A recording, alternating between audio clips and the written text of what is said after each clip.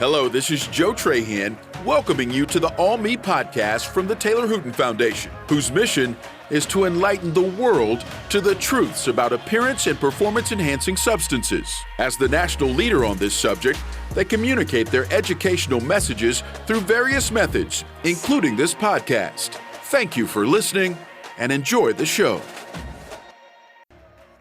Hi, and welcome to the All Me podcast. My name is Tavis Piatoli, sports dietitian for the Taylor Hooten Foundation, and today I'm going to be your host. It is estimated that 32 million Americans suffer from some sort of food allergy, including 5.6 million under the age of 18. It's also been reported that 4% of adults and 5% of children have food intolerances. Could you be eating something that may be extremely nutritious, but it could be causing inflammation or joint pain? You don't even realize it. It's the food triggering those symptoms. Could your headaches or inflammation be related to a food sensitivity? In this episode, we speak with certified leak therapist and sports dietitian Kylene Bogden to discuss what a food sensitivity test is and what it measures, when should someone get tested, what do the results mean, and how do you adjust your diet if you do have one. Kylene is the performance dietitian for the Cleveland Cavaliers and co-founder of FWD Fuel Sports Nutrition, a functional sports nutrition practice and blog. Kylene specializes in whole food approach, where she uses individualized nutrition protocols to reverse chronic illness and improve athletic performance. She previously studied under the direction of Dr. Mark Hyman at the Cleveland Clinic Center for Functional Medicine, where she learned to address food sensitivities, gut health, and nutrient deficiencies in order to maximize one's health potential. She has been quoted as an expert source in publications such as U.S. News and World Report, O Magazine, Time, Prevention, The Huffington Post, CBS.com, and Women's Health Magazine. Additionally, she has been invited to speak on the local, regional, and national level. We'd also like to thank our partners at Gatorade for sponsoring this podcast. Kylene, welcome to the All Me podcast. Thank you so much for joining me. I'm so excited to have you. Great to see you again, Tavis. I appreciate you allowing me to be here today. It's always fun to catch up with a fellow colleague and really just talking about, where we've been in our careers and really kind of like the start, not the finish yet, but also where you've started. And that's kind of always my first question, really just kind of diving into where did you get your career started, but really what got you involved in the passion of wanting to be a dietitian or working in the field of nutrition, especially working with athletes? Sure. So the lame answer that probably every dietitian gives you is, I love food, which is true. But, if we go back in time a little bit, I spent a lot of time with my grandparents growing up. They came over to Ellis Island from San Marino, Italy. So they were as authentic as it comes, strong accent, food from scratch every day. And that's where I began to learn, food is medicine. I was alongside of them as a small child in the kitchen, spending hours making pasta and sauce from scratch. And as I kind of followed them through life, seeing that their health tended to be better than the average American, I realized, all right, when I connect these dots, I think it's because they ate real food and they stuck to their culture and their values. And I kind of combined that with the fact that I'd always been an athlete. And I realized that the better I ate, the better I performed, which sounds so silly today, but 20, 25 years ago, it seemed like a genius concept in my head. And that's kind of how this all transpired into me becoming a functional sports dietitian. Awesome. Well, one of the things I know you have a certification. In today's topic, we're going to be talking about obviously food sensitivities and what they are. We'll get to that. But you're a certified leak therapist. And a lot of people, if you just look at the back of someone's name, I have friends that are like, oh, what are all those initials mean? I'm like, yeah, they're just initials. To me, they're not really that important. But right. Some people, they're really important. When I look at that and say, okay, CLT, that's a certified leak therapist. Can you explain to our listeners, what does that mean? Yes. So for the past 7 or 8 years, I've been a CLT, which simply put means I have the ability to run a lab test, LEAP MRT, mediator release test. So it's a food sensitivity test that's a bit more advanced, and it allows me to order a test that draws the client or the athlete's blood, and then it kind of computes a report back that shows me which foods that their body likes and does not like. And then I am able to create a performance plan, LEAP, lifestyle, eating, and performance, a plan where the individual can know which foods to consume, which to avoid to feel their best. So let's kind of talk about what a food sensitivity is, because I think sometimes people get these things confused between other things, but let's really define food sensitivity first. Can you explain to our listeners what a food sensitivity is? Yes. In fact, almost all of the time, individuals use the term allergy and sensitivity interchangeably, and they're actually totally different. I would rather teach it from a standpoint of Food sensitivity is when, sure, your immune system isn't happy. It does involve the immune system, but it occurs as a result of a gastrointestinal imbalance. This is why so many people say, listen, I've been eating these foods or this food my entire life. Now I eat it and I sprint to the bathroom, or I get a migraine, or my joints feel like garbage. That is a food sensitivity. The microbial imbalance in the gut says, no, thank you, not today. I'm not happy that you've been, eating garbage, or that you've been stressed, or that you've been exposed to something funky. That shifts the imbalance in the gut. And so when you try to digest that food, whether it be, I don't know, dairy, eggs, corn, peanuts, your body says, no, thank you. And that response, that no, thank you response, that headache, that migraine, that joint pain, that is a food sensitivity, versus an allergy is an actual IgE immune response. Allergy tends to be more quick, more immediate, within minutes to hours. Sensitivity is, it could be a few hours to even a few days later where you react. That's interesting, because my daughter now is 11. When she was little, we noticed she had some peanuts, or, we got her some peanut butter crackers one day because she was hungry. And all of a sudden you can see her kind of gasping, and we were freaking out and like, oh no, we got to get her to the hospital. They ran obviously all that blood work and realized, oh, these are all the things your child is allergic to: peanuts, peanut butter, shrimp, shellfish. But then we were like, okay, she's 8 or 9 now, or 9 years old. Should we get her retested? And I'm thankful that we did, because we went back to the allergist, got her retested, and pretty much a lot of those things were gone. And we know that's not always the case. So you've done a great job of kind of explaining food sensitivity is probably not a life-threatening thing. Like a food allergy can be life-threatening, correct? Exactly. But with a food sensitivity, if you are repeatedly consuming a food that you're sensitive to, especially if you don't know it, over time, that is generally what transpires into, cancer, Alzheimer's, Parkinson's, whatever your genes dictate, right? Genetics load the gun, environment, food pulls the trigger. I love that. That's, no one's ever really said that. I probably heard it and didn't pay attention, but that really resonates. Sure. Genetics really loads the gun, and then environment, boom, everything we do on a regular basis eventually pulls that trigger. So let's talk about the commonality of food sensitivities. How common are these? Is there a percentage of the population that has them? What's the data look like? So what's interesting is when you dig into the research, what you will most commonly see is approximately 20% of the world suffers from food sensitivities. But just because this is my bread and butter, my heart and soul, it's what I've devoted my career to, I can tell you it is significantly more than that, because most people don't even think to get tested. They think, I'm tired all the time because I'm busy, or my skin's a mess because it's genetic, when really, food might be poking the immune system. But most people just think this is a part of life. This is just, it is what it is. No one's perfect.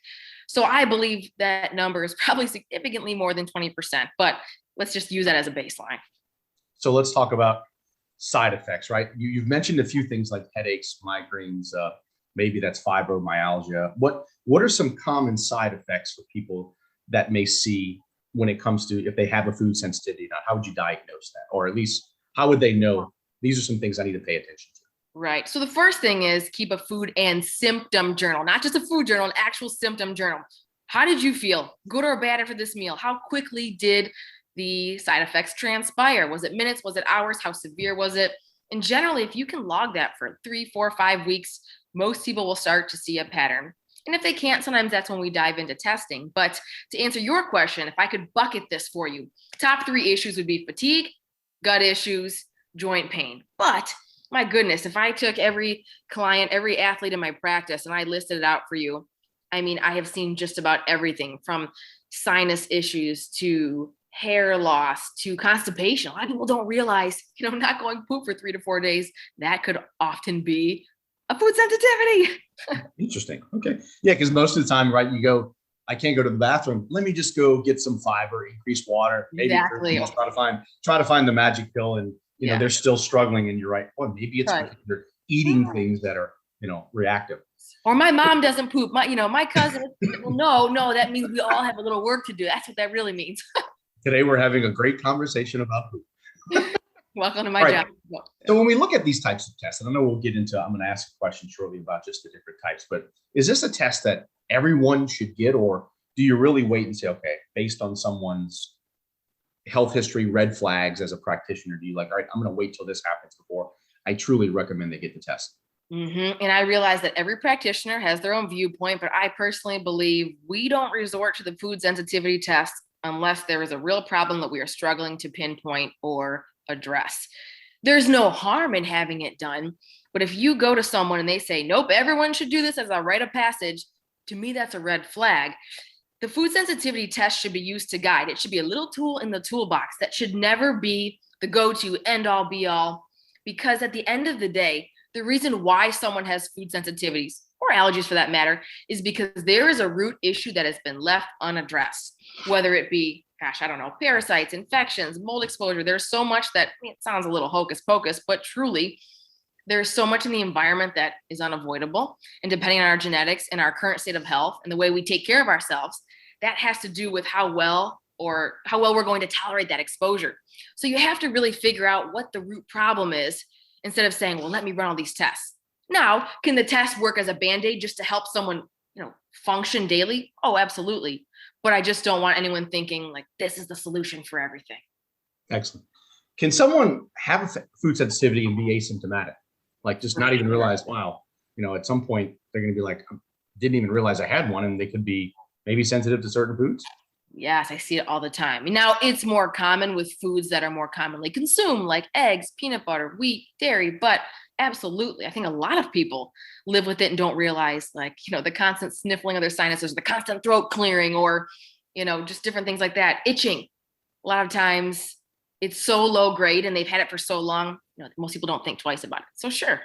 So you mentioned a bunch of side effects. What about things I hear people say, like after a meal, I didn't eat a lot, but I'm just bloated. My stomach feels like, I'm like, and there's been some times where I may have had chicken and broccoli. Like it's not a lot of calories, but I felt like I just went to a crawfish boil in New Orleans and had 10,000 milligrams of sodium. Yes. And I'm retaining stuff. So could that also be where I eat a pretty good balanced meal and bloating is a side effect? It certainly could. Now, usually it's a little more than that. Something like SIBO, for example, for that specific situation you explained, I often see undiagnosed SIBO, small intestinal bacterial overgrowth, where the imbalance is so bad in the gut, you eat a few bites of chicken and broccoli, for example, and you blow up like a balloon. So usually it's and when you have something like SIBO that's unaddressed, that is what causes all of the food sensitivities. But yes, to answer your question, short answer, yes. All right. So the word gluten sensitivity is commonly used when people feel like, oh, I have a gluten intolerance, I have a gluten sensitivity, right? That seems to be pretty common. Is there a difference between, let's say, a gluten intolerance and a food sensitivity? And is there something that can be determined where, that they know they are via a food sensitivity test? Sure. So I am most well-versed in LEAP, MRT. I would not recommend that though for gluten. It's kind of tricky to explain, but on a basic level, think of it this way. When you're looking at that molecule of wheat or gluten for that matter, there's so many different components and proteins, and it's almost like there are a bunch of puzzle pieces that make up that molecule. You really want a company that looks at all of those puzzle. If you really want to know if gluten is a problem, if you truly have a sensitivity or intolerance, you would look at all the puzzle pieces. There's certain companies, Vibrant is very good, Cyrex is very good. I do not work for these companies. I receive zero financial compensation, but those are better tests that are more thorough for that gluten, that wheat molecule. And yes, gluten sensitivity is a very real thing. Two main reasons for that. One is that it's one, especially in the world of athletics, it's what we are trained to consume: breakfast, lunch, and dinner, sandwiches, cereal, crackers, pasta. It's the American way, especially the way of the athlete. So you're consuming it a lot. And the quality, just in terms of the way that it's grown, manufactured, what it's sprayed with, how it's processed, is so different than when our grandparents were little kids. You pair those two issues together and voila, so many of us struggle now. That's interesting. Yeah, it is interesting how the food supply has changed, the quality of the food has changed, and how that has really resulted in probably some more intolerances there. Now, we know celiac disease, obviously that's probably nowhere near the same. When you do food, they have to go through an extensive process where they have to obviously get a lot of tests to determine what that is, but also, they have to completely eliminate gluten. It's not like if an intolerance, you can still have it and there's probably not as many issues, but if you have celiac disease, that's a whole different animal, correct? Exactly. Full-blown autoimmune condition where your body's attacking itself. But just an interesting fun fact, because I see this all day long, I actually have a lot of celiac clients who their symptoms are much less severe than those with just a basic, gluten sensitivity, which is interesting. Because remember, as dietitians, Tavis, we were trained like, oh man, someone has celiac, their gut will be a mess, they'll be in pain, they'll be throwing up, they might have skin issues. And sometimes that's the case, but many times it's not. So it often goes undiagnosed, which is interesting. Yeah, that's interesting. It's true. Let's talk about the types of food sensitivity tests, right? I'm on TV and there's Everly Well, right? That's a very popular product. There's the LCAT test I know some practitioners use. And then you mentioned there's the MRT leak test. Is there, let's say, first of all, is this a blood test, number one? And how would someone get tested? It is a blood test. Ideally, it's a formal blood draw, but companies like Everlywell, where you can do it in your own home, it's just a little finger prick, and you're putting that dot on a piece of paper. So, it's tricky because, it's hard to make a comment without knowing the client or what they're working towards or what they're trying to do or what they're trying to find out. But generally speaking, the home tests are less than ideal. They're not quite as accurate.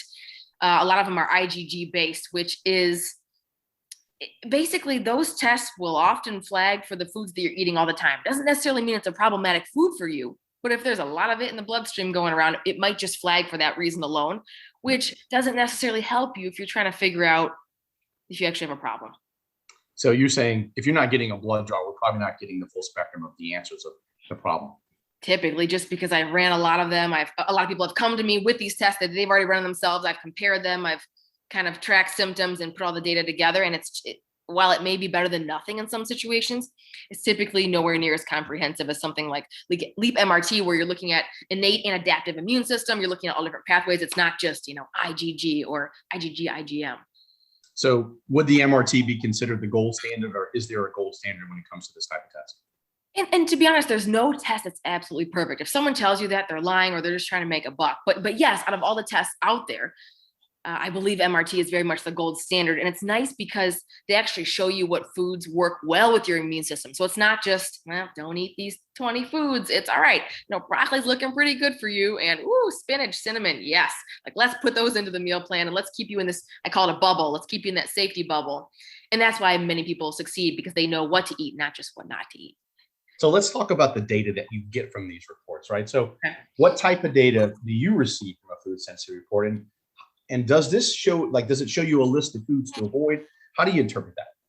So with the MRT in particular, because that's what I use the most, I am seeing, it's really nice. It's easy to understand because you're looking at green, yellow, red, foods that you tolerate very well, not so well, and pretty terribly, and also the degree of severity. So it shows, out of the foods that are safe for you, which are very good, which show the lowest reactivity. It's a tiny little green bar versus, we're creeping into the danger zone. It's a very long green bar. I mean, I'm saying that very simply, but it's nice because it's easy to follow. It's easy to understand.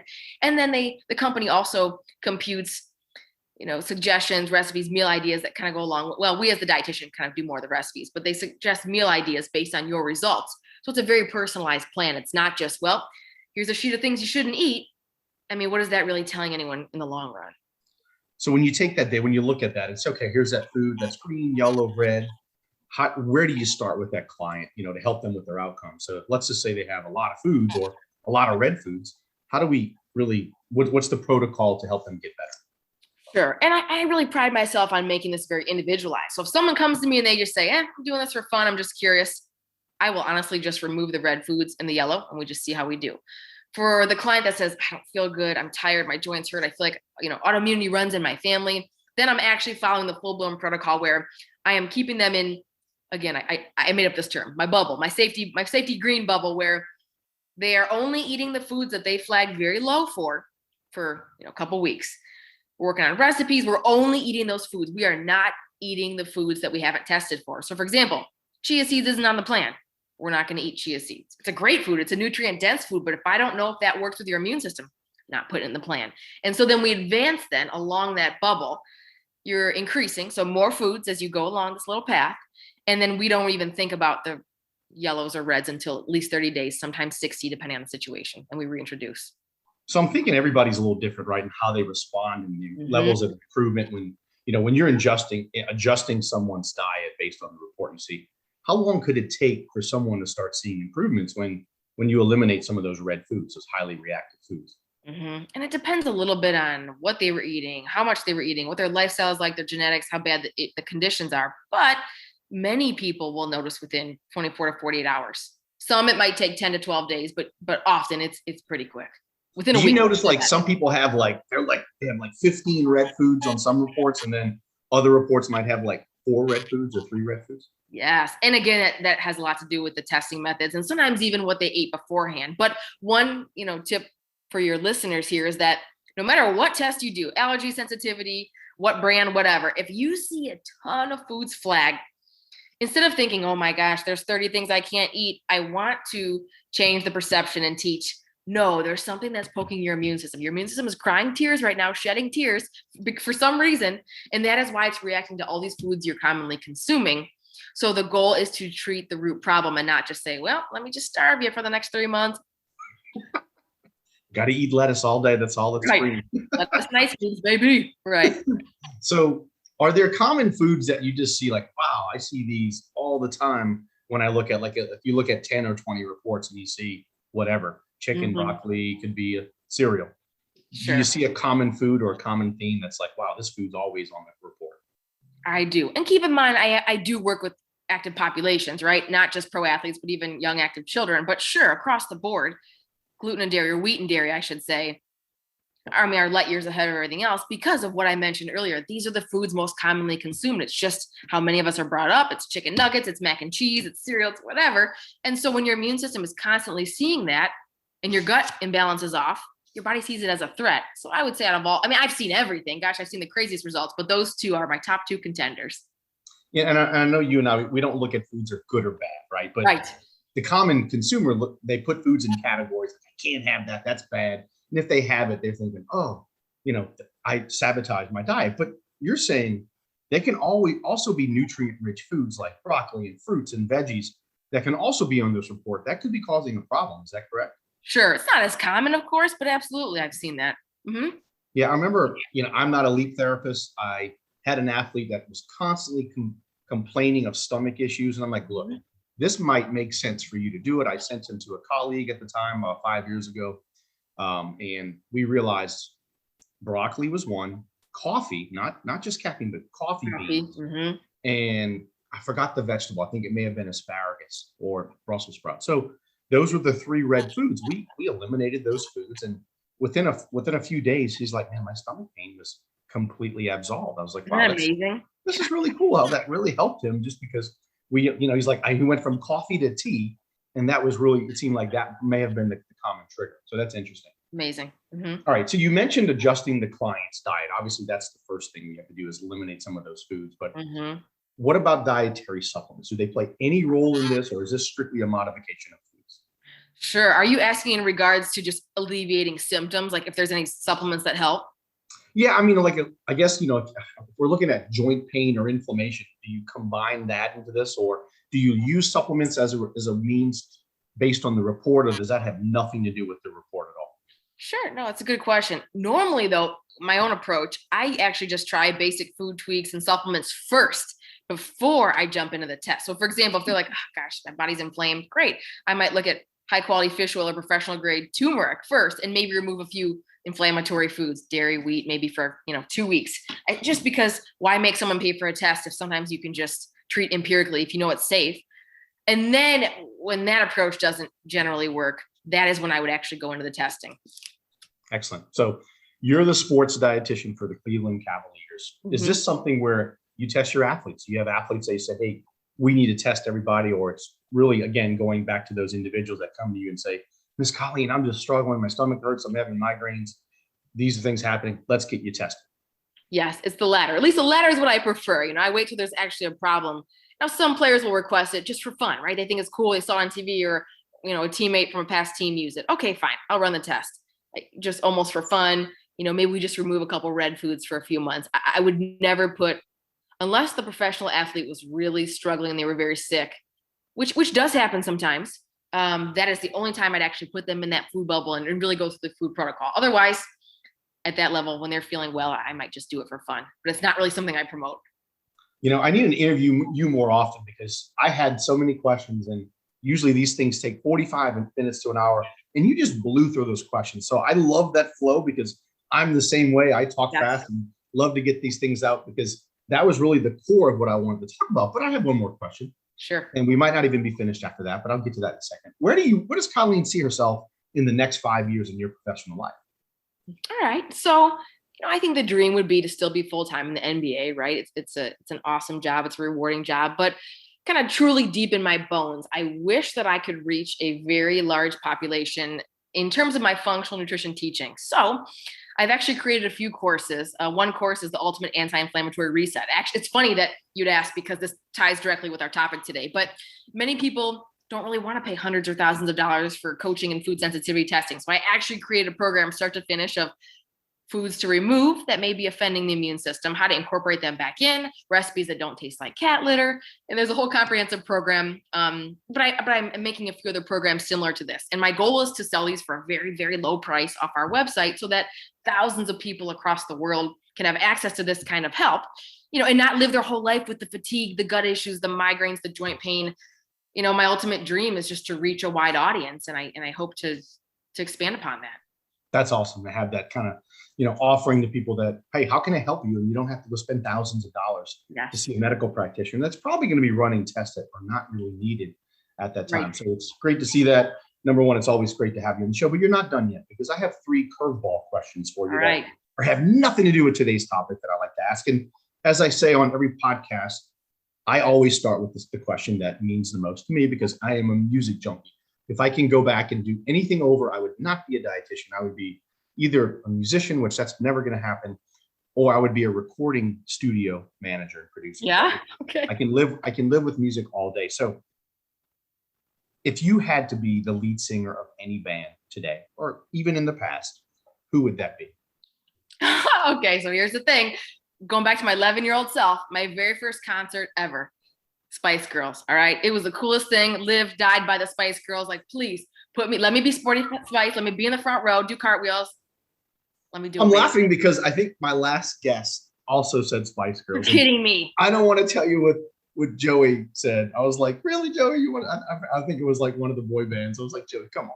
But he's like, hey, they're popular. He's like, that's his niche. I get it. I get it. A lot of those. It's funny because last night in New Orleans, New Kids on the Block played. I didn't go, but I'm just thinking all of these people like, wow, they're coming back 30, 40 years later and they're doing those little tours. What's something about you that very few people know about? Is there something that you just like, I like to keep this, not that it's hidden.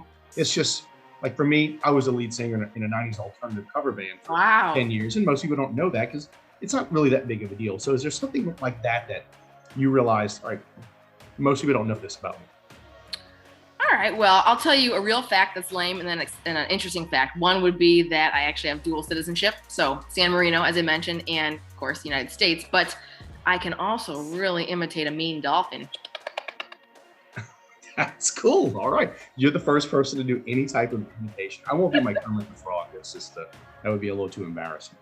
All right. Last question. If you can have dinner with one person, dead or alive, doesn't have to be famous, or one person that, that is no longer with us, for one more time, who would that be? Ooh, so, track and field was my sport, 100 meter, 200 meter, Jesse Owens. I would just love to say, hey man, like, let's grab a little snack together. Tell me everything. That is awesome. That's a great, I mean, he was obviously, he set the world on fire and also really instituted a lot of change. Kylene, just a phenomenal interview. Thank you so much. This is an incredible value for our listeners. Always good to catch up, but always especially good to have you provide education to our listeners. Thank you so much for being on today's podcast. Thank you, Tavis. Have a good one. Well, that's it for today's show. Thanks for listening to the All Me podcast from the Taylor Hooten Foundation, a nonprofit organization leading a national campaign to enlighten people to the truths about appearance and performance-enhancing substances and inspiring people to live and compete without the use of these substances. Please be sure to subscribe to our podcast and tune in to our next episode.